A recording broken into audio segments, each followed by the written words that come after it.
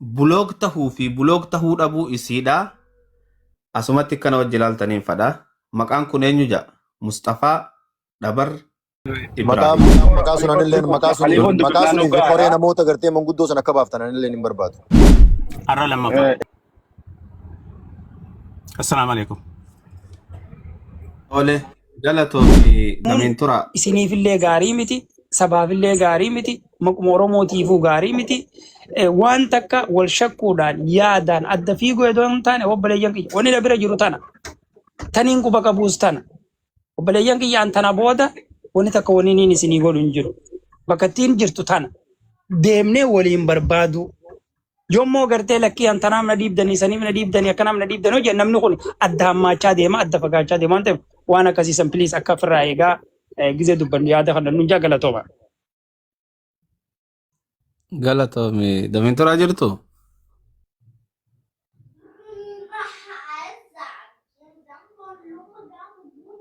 أي نينجر أستاذ أما دفع أكاسي نتعرق أن ينتي في جرة أقسمت ويتا تنو خيس أمة خنافس ووجينا إسكرينا نوجيسي أستاذ والبلسي جالا بكا خير خناتي والبلسي بكا أوكي. أيوه أكاسي واني ريفون تنجيت أنا باكو بيلين أما ردي بيه خاص بربادي تكفى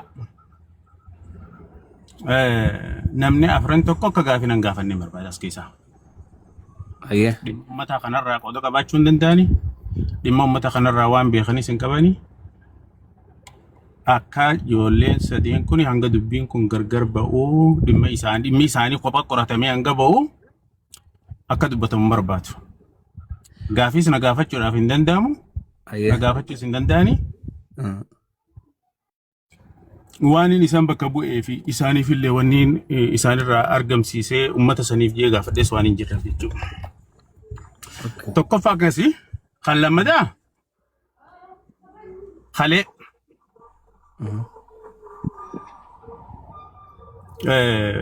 mucaa keenya kana Musaa Beenyuuti suudii jiru kana أيه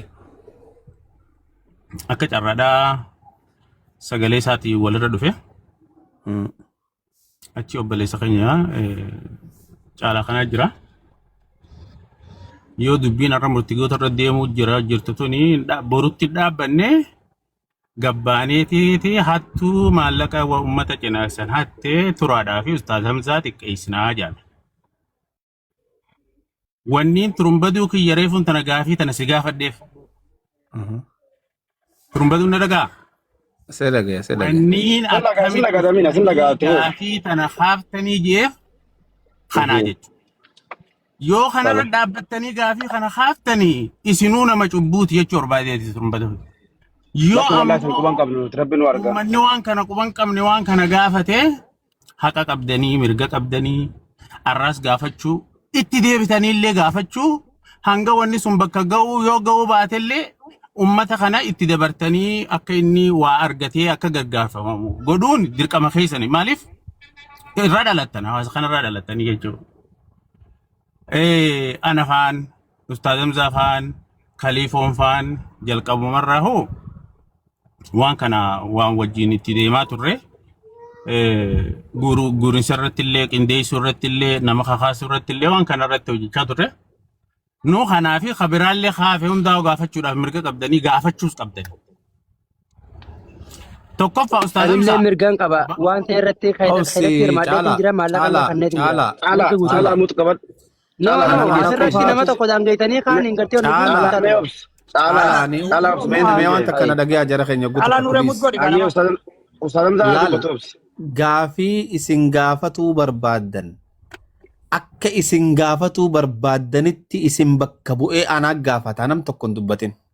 Thank you. Okay. Abdataa obs Waan namni afran sun nan gaafate waan hin jireef waan hin namuma sanuu dhiis laale Nam tokko turaa fi Hamza wajjin haasa'anii. Namuu qabda Galatoo. Ana abbaan fedhe waan fedhe anaan hojii waan abbaa manaatiimi anaan waan fedhaa jiru anuu waan takka hin dubbatina. Galatoo. Anaatu bakka isin bu'ee gaafii barbaachisaa hunda faaruu miti. anaa naa wajji dubbanna dhiisa. Kalaas. Okay. Ulfaadha obboleeyyan kiyya kabajamaa.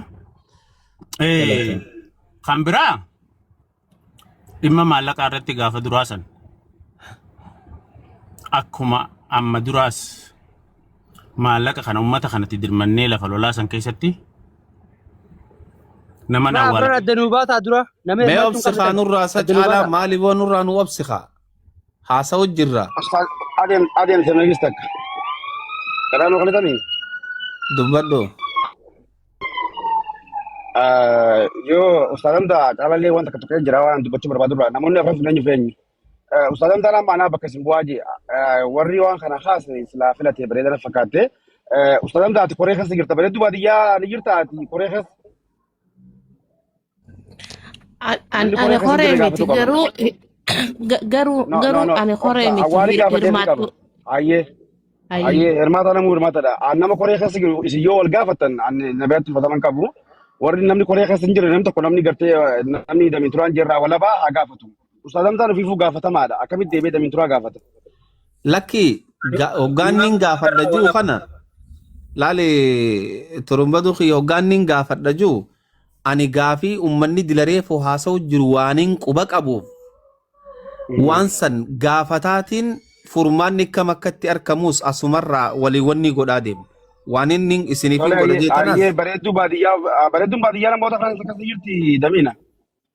Laala turumbatu wal qabanyee walii dhaggeeffannu yaadee Wanuma walii haafitu wannaa fixa turumbatu kiyyaa laalimma. amma dabiin turaan nama afran addanuu baasee akka waliin jeenetti haa walirraa adda dhaabbannee wal dhaggeeffannu. Obboleessi kiyya dhaabbadhu laalammaa irra hedduun wanni kun tartiibatti deeme qaba. Yeroo jalqabaati koree bakka afuritti ijaaramte. Koree afranuutu hojii adda addaa qabdi. Warruma barreesseetu jira, warra guuruutu jira, warra qoratuutu jira, warra itti gaafatama hundaa qabuutu jira.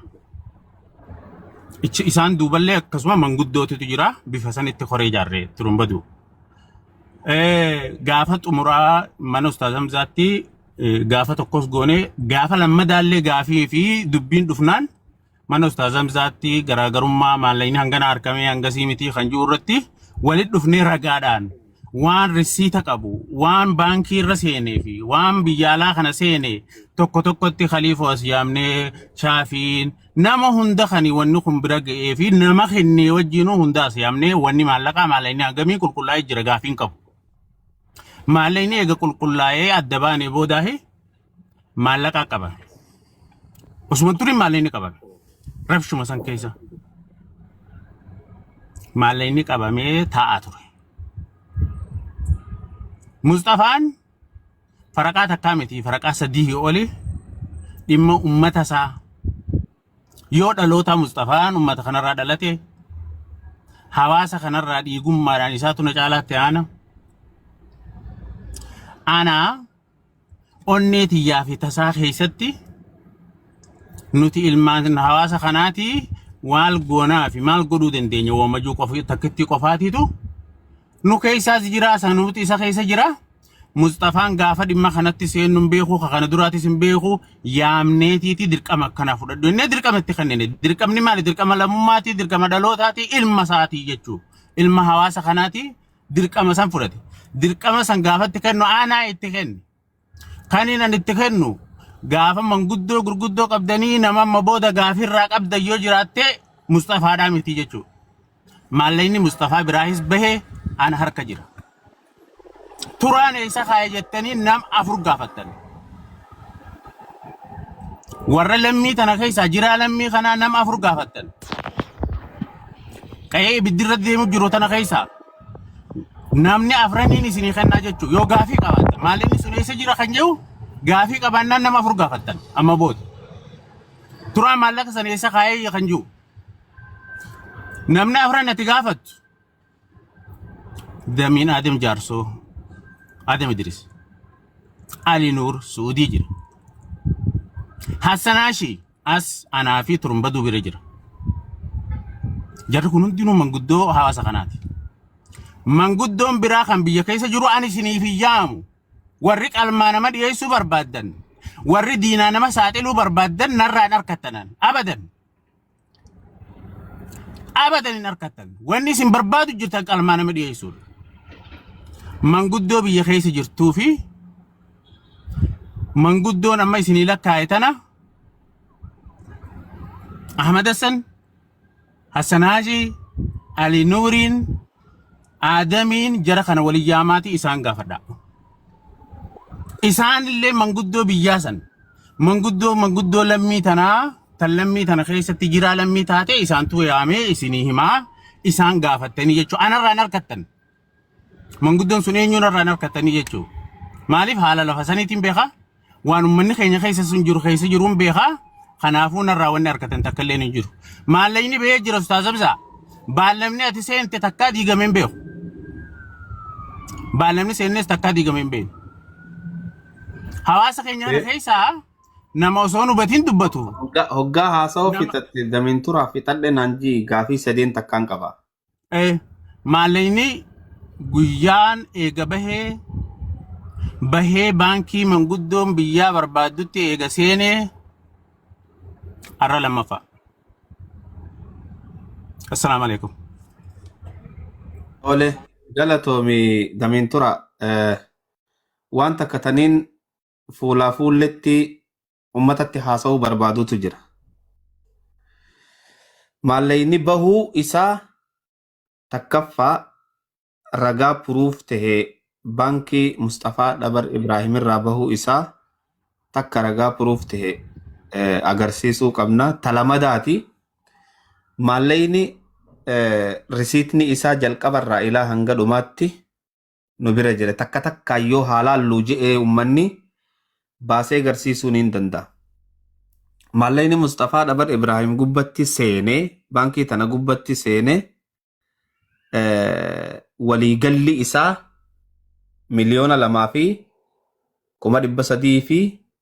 1,200,314 fi qarshii 20. 550 fi qarshii 20.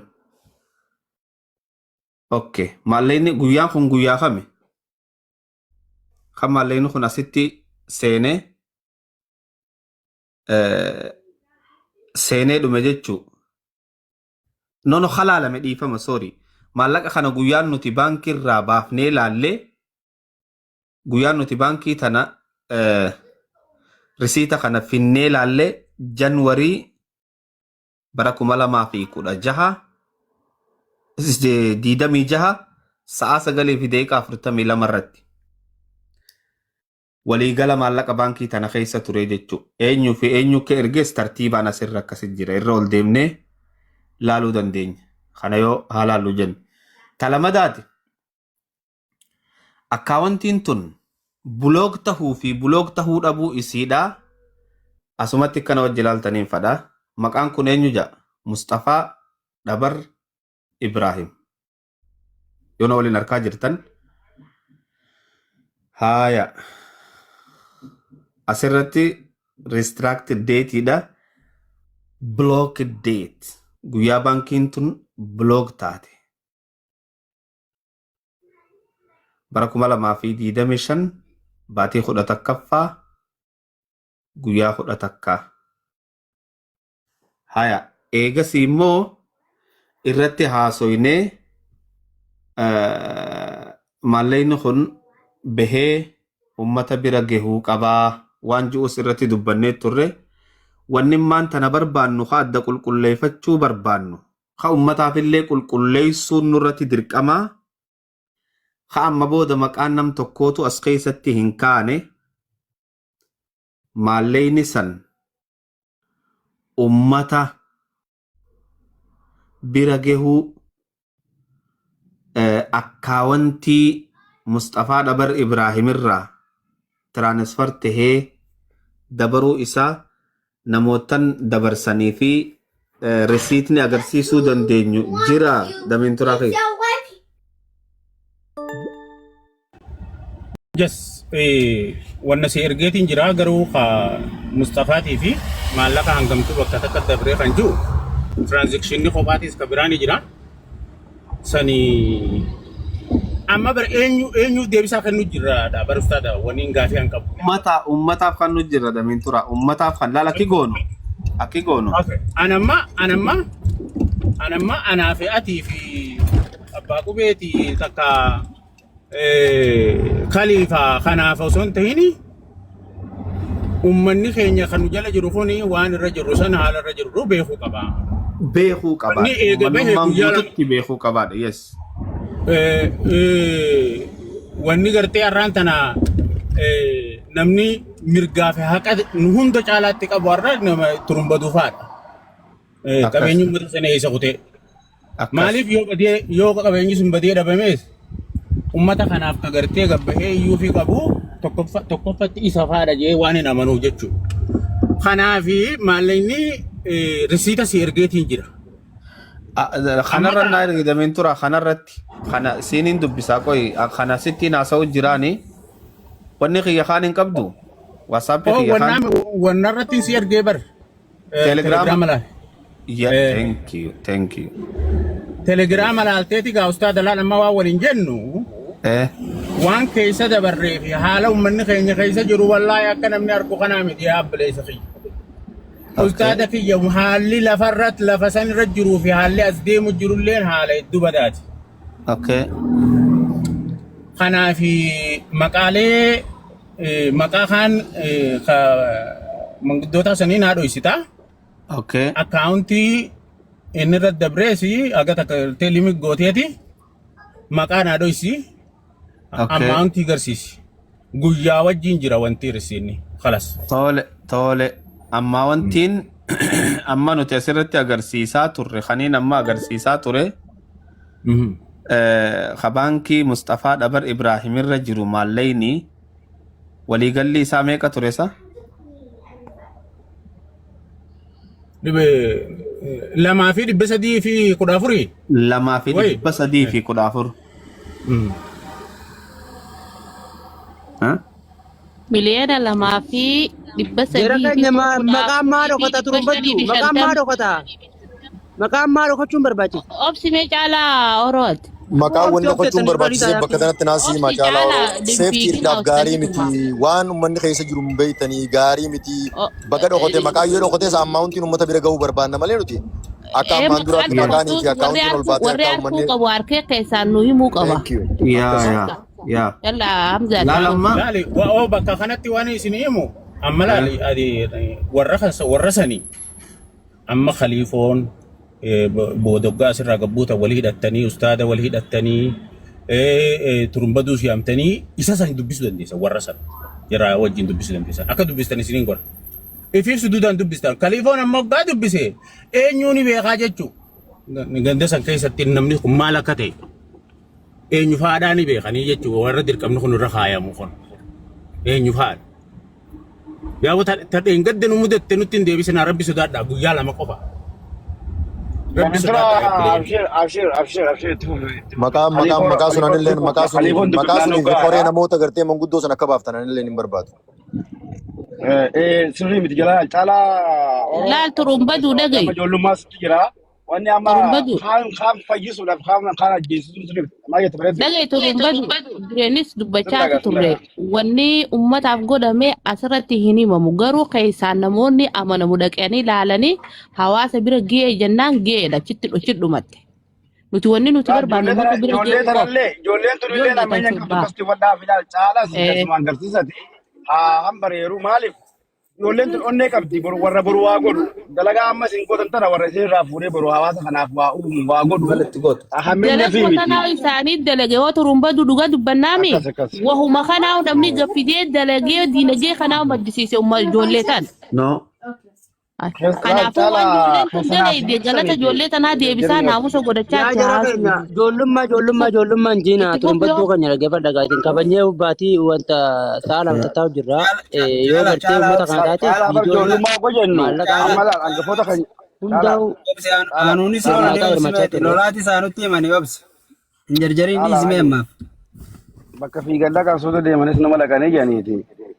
No, ani aran Gaalli qabu sagal by the way dabsuu turumbaddu. mee Ani dhaggeeffadhu eenan turumbaddu beekaa bara dhaggeeffaddu. obsin siin jawwee fi siin loluu Aran jiraatanii qabu nama gartee gargaaree hirmaatee sagaleessee akkamatti ijaan jiru jechuudha baay'eeti.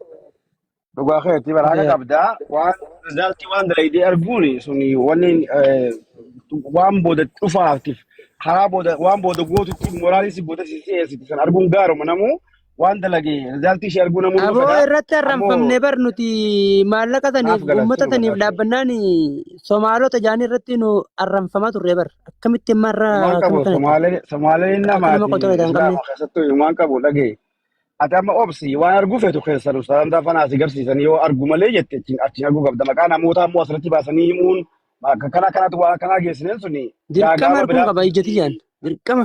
keessan agarta khaliifoon as agarsiisu yookaan ustaadamtaa fanaas agarsiisanii yoo san hin taane immoo asirratti baasaa yoo asirratti baasuudhaan illee keessan jiruun illee akka fayyatti. Tara takka turumbadu. Furan abbaa qubee. Waalaikum salaam. Furan dhoye. abbaa qubee qoy. Abbaa qubee naaf. Aya. Turkiin biraa yaa difamna. Laayenta. Abbaa qubee. Jobu. Fudhadhu ayya maal argina gosh. Ayya. Na